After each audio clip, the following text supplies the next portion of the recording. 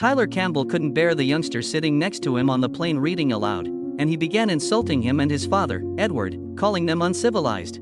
Edward lost his temper and yelled at Tyler, revealing the shocking reason why his son was reading aloud. That's when Tyler apologized profusely for his misbehavior. But before we start, smash the like button and make sure to subscribe if you haven't and hit that notification bell so that you won't miss any new stories. Edward Norman's 11-year-old son Louis was talking so loud at the airport that other passengers were looking at him and whispering. Edward felt a little embarrassed as he waited for his flight with Louis, who was talking too loud, but he couldn't do anything. After his wife's death 3 years ago, Edward felt that he couldn't cope with parenthood like his late wife Jacqueline did. He felt he didn't do enough for a father. And so, as they settled on the plane, Edward hoped there wouldn't be another incident beyond his control. However, fate had other plans. "Hey, man, please tell your son to shut the hell up. I'm trying to sleep here," Tyler grumbled. Edward and Louis were sitting next to him. Edward had brought Louis's favorite book with him so he could read to him on the plane. However, Louis insisted on reading it on his own. He was reciting the words aloud, and this enraged Tyler and a few other passengers on board.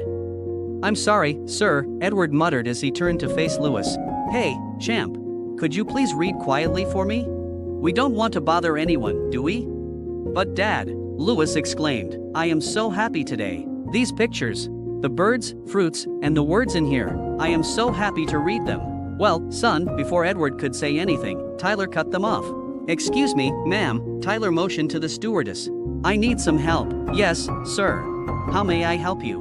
"Look, I need to change seats right now because I want to sleep comfortably, and I don't think that's possible here due to the kind of people I'm seated with," he complained, pointing to Edward and Louis. "May I ask what the problem is, sir?" "Actually, we don't have any vacant seats right now. If it's urgent, I can request someone to swap seats with you." Tyler lost his cool. "Have you heard this boy? He's been reading aloud and I just want some peace and quiet. And his father, he's an absolute idiot for allowing him to disturb the peace in this flight." "Excuse me, sir," Edward interrupted him. "I agree Louis was a bit loud, but I did tell him to read quietly. Please stop making a scene here."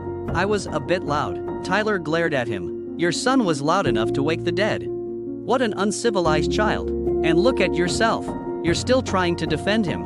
And by the way, your son looks old enough to comprehend that he is causing a nuisance not only to me but to everyone around him. What is he trying to show by reading out words like a toddler? That it's adorable? Ha!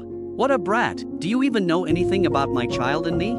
Edward began to lose his temper. "I'm warning you, sir. Stop insulting us. I apologize for the inconvenience, and you can say whatever you want about me, but please stop mocking my child." Jesus! Tyler yanked off his seatbelt and leaped to his feet.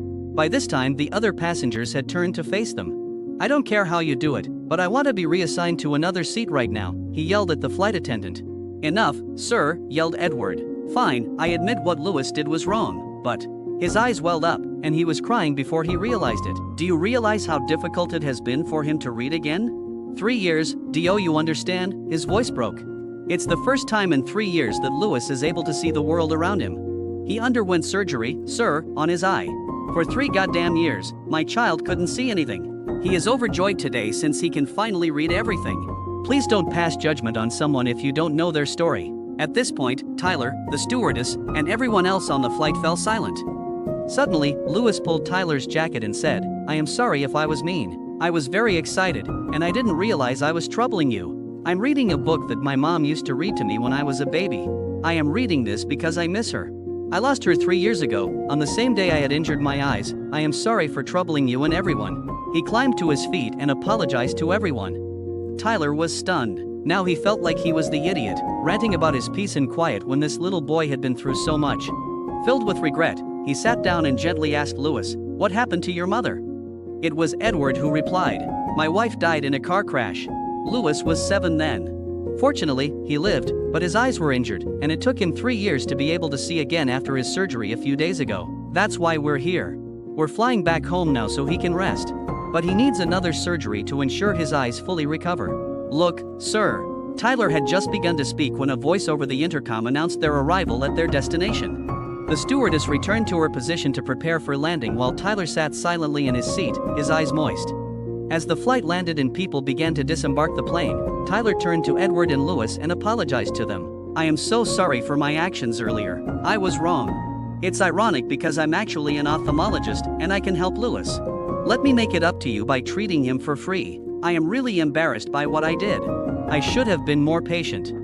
Oh no, it's alright, guess I went a little overboard too. I'm Edward Norman, by the way. Tyler Campbell. And I'm Louis Norman, Dr. Campbell, Louis said, extending his hand for a handshake. That day, Edward forgave Tyler and thanked him, offering to take care of Louis's treatment. Thankfully, the boy's subsequent surgery went great, and his eyes would be completely fine. After getting discharged and returning home, he came up to Edward one day and hugged him. Hey, Dad, I forgot to tell you something. What is it, Louis?